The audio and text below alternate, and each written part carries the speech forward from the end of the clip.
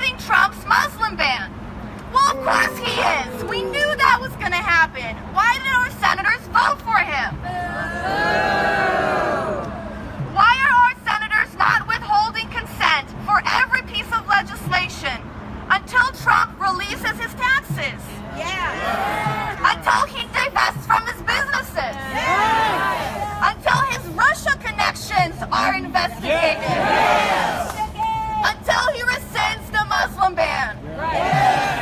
Do you think our senators have enough reasons to withhold consent? Yes, they sure do. Do you think our senators can do better? I think they do.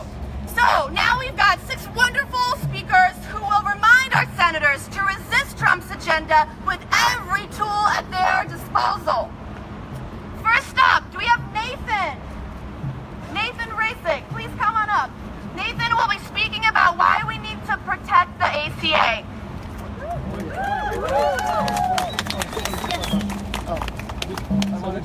I just went up to the senator's offices. Cantwell, I don't know if you want to Looks like it's working better if you don't speak said directly into the mic, but off to the side a little bit. That seems to prevent the static. Said they Just FYI. Yep. Just hop on up here and feel involved with it, but All right. Hi there, I'm Nathan. I'm going to talk to you about the Affordable Care Act today. If you can hear me. No? I'm here to talk about the Affordable Care Act. All right? Okay. So this is going to be a little dry, but I think it's important. There was a study done in December 6th. speak really loudly and just scream. Okay. There was a study done December 6th, 2016, called The Implications of Partial Repeal of the ACA Through Reconciliation. It's on urban.org. They have all their sources. You can look it up. Basically what they're saying, and this is a while ago, the number of uninsured people would rise from 28.9 million to 58.7 million. Oh! That's an increase of 29.8 million people. 103% increase in uninsured people. That's said to happen right now because they have no plan for replacing it. None. Okay. So this study examined how much mortality rates dropped after the states enacted its Obamacare-like reforms in 2006. It is estimated that for every 830 adults gaining insurance coverage, there was one fewer death per year. 830, one fewer death. Okay? So if we apply this formula to this estimation from the study I just gave you, that's nearly 30 million people that will become uninsured if this is partially repealed. Okay? That means that about 36,000 people will be affected by this. Per year. 1 year, per year, yes. Alternately, should Congress repeal the entire law, thus avoiding the collapse of many health insurance markets that will result from the partial repeal, an estimated 22.5 million people will still become uninsured. In that scenario, this study suggests more than 27,000 people will die every year. That's all I had to say. Unacceptable! Unacceptable! Unacceptable! Unacceptable! Unacceptable! Unacceptable! Unacceptable! Unacceptable! Unacceptable! Unacceptable! Thank you very much, Nathan. Next up, we've got Rachel Greenlee, who'll be talking about Scott Pruitt and how he's unfit and unqualified to run the EPA.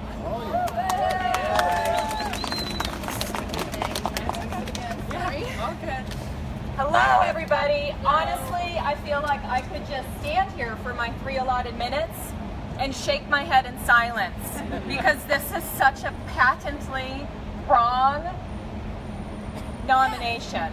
Scott Pruitt for the EPA. How can someone who has nothing but disdain for this organization think that he could run it? This is somebody who has denied climate change. This is someone who, as the Attorney General of Oklahoma, has sued the EPA 13 times. It's completely unacceptable. He has over and over again sided with the oil and natural gas industry over his citizens. So his nomination is supposed to be happening, or his confirmation is supposed to be happening this week.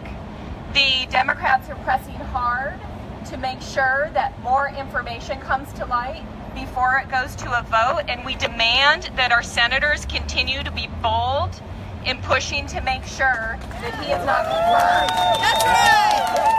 That's right, Rachel. So I'd like to talk about what he's done, what his track record is in Oklahoma. And there's two specific cases that I'd like to bring to your attention that show that not only is he unfit, but he lacks moral standing to head up the EPA.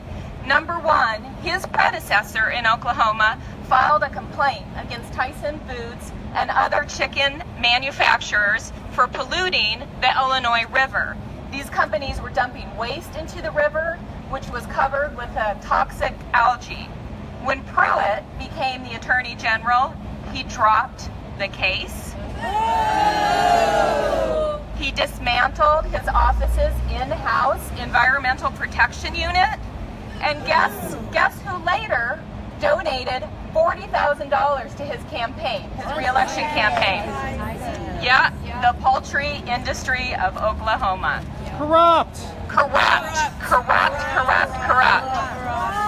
Second, and if there are any Rachel Maddow fans out there, you may have seen this show.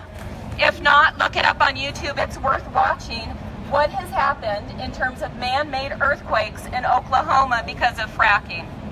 So it used to be that Oklahoma, which is not really known for earthquakes, had 1 to 2 each year. Now they have 1 to 2 a day. In 2015, 857 earthquakes above a magnitude of 3.0. And these are human-made because they are pumping the wastewater, the byproduct of fracking, back into our earth. Has he done anything about it? Imagine the citizens who are living through these earthquakes, who are having property damage, and yet he doesn't sue because he supports the oil and gas industry. His job is to protect the Oklahoma citizens, and he hasn't done that. Instead, what he has accepted is over $300,000 from the fossil fuel industry. We cannot have someone who is focused more on his profit and self-interest run our EPA, and we demand that our senators continue to be bold in pushing back as much as possible on this unfit, unqualified, and morally unjust nominee. Thank you. Reject Pruitt! Reject Pruitt! Reject Pruitt! Reject Pruitt! Reject Pruitt! Reject Pruitt! Reject Pruitt! Reject Pruitt! Reject Pruitt! Reject Pruitt! Thank you, Rachel. Next up, we've got Connie Vogan, who will also be talking about Pruitt and the EPA. Woo-woo! Got it? So just hold it. I can hold it for you this way. Oh, great. Thanks. Can you hear me? Perfectly. Oh. How's this? Okay. Thank you to Rachel for that very comprehensive analysis. I would just like to add one thing. And by the way, I'm a volunteer with the Sierra Club, the Washington Environmental Council, and other groups. So I know firsthand from my experience how vital the work of the EPA is. And how vital that we need an EPA administrator who will carry out the mission, not undermine the mission. And we want an EPA administrator who will let our growing clean energy economy thrive instead of undermine it. So the one point I would like to add is that Pruitt sprouts anti-EPA hype about jobs while ignoring the true factors that lead to the loss of jobs.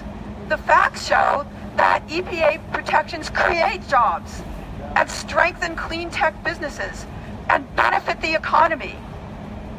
Pruitt is unqualified to lead the EPA. Pruitt would endanger our health, our safety, and our growing clean energy economy. Our senators must say no to his nomination. Thank you. Thank you, Connie. Let's reject Pruitt and the whole swamp cabinet. Reject the swamp. Reject the swamp. Reject the swamp. Reject the swamp. Reject the swamp. Reject the swamp. Reject the swamp. Reject the swamp. Reject the swamp. Reject the swamp. So next up we've got Amanda Hicks, who will be talking about slowing down and gumming up Trump's hateful, illegal, and unconstitutional agenda.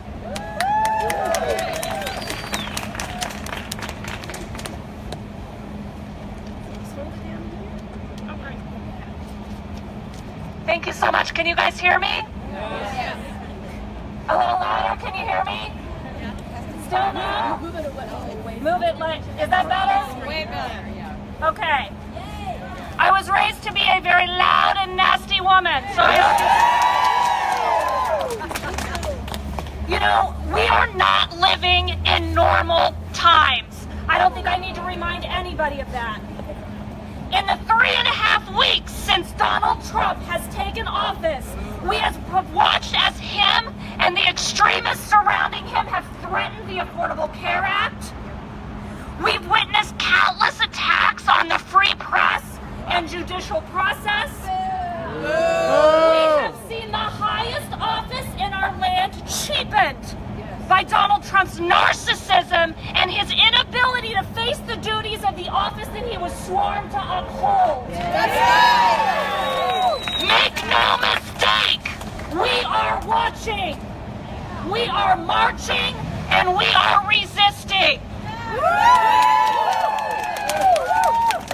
On January 27th, Donald Trump's xenophobia and Islamophobia took the form of a travel ban specifically designed to target our Muslim brothers and sisters. Again, we made our message clear. We resist. Resist! Resist!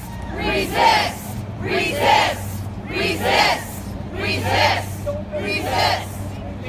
While we received temporary judicial support in our efforts to oppose Trump's reckless ban, we seek a promise of action from Senators Cantwell and Murray to organize with fellow Democrats and to block and remove consent with any and all Senate business until this cruel ban is fully uplifted.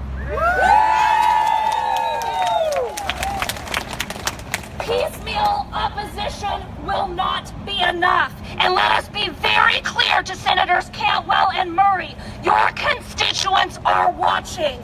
We are paying attention. And we have all consistently put our bodies where our values are, and we demand that you do the same.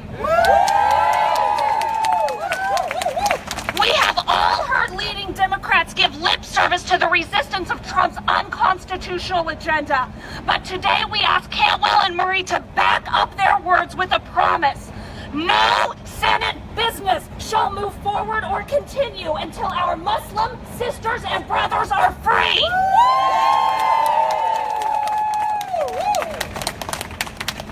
While I was reading this morning, I was reminded of a quote by Elie Wiesel. There may be times when we are powerless to prevent injustice, but there must never be a time when we fail to protest. Brothers, sisters, and anyone in between, we have seen the power of collective resistance, and we have shown up in record numbers. We are mobilized. We are ready to carry our message the full term of Trump's pregnancy, which we'd like to abort immediately.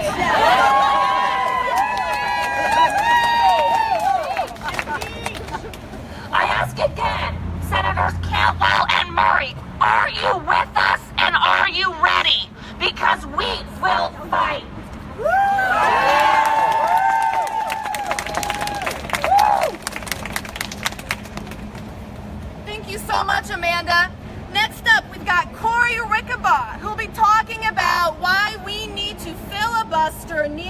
message. Yes.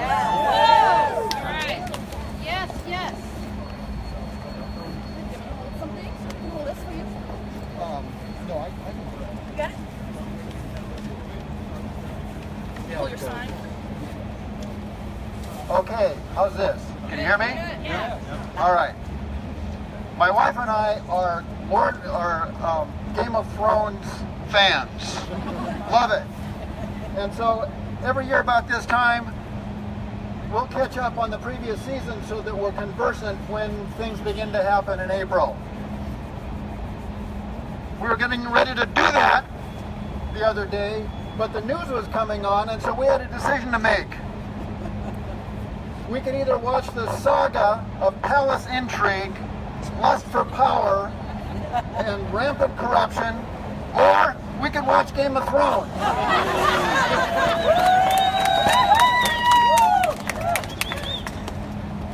All right. Yesterday was the first anniversary of the death of Antonin Scalia. At that point in time, there were 343 days left in the Obama presidency. 343.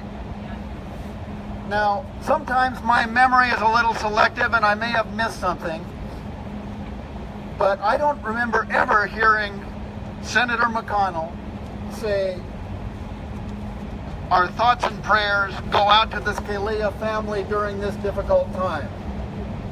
What I do remember him saying almost immediately, within a day, we are not going to confirm anybody during the Obama presidency. Coward! Because it's a presidential election year and we must wait for the people to decide. Now, here's a little history quiz for you. I know you love these. Since 1900, how many nominations for the Supreme Court have been confirmed in a presidential election year? 1/3. 6. Now here's an easy one for you. This will get your average up. How many of those was anything mentioned about the need to wait until the next term? None! Okay, one more. Bill Clinton and George W. Bush both had 2 nominations confirmed. What's the average number of days that was required for confirmation? 59. When Garland was nominated on March 16th, there were 310 days left in the Obama presidency. So let's be clear. We are demanding. The Republicans obliterated the prerogative of a sitting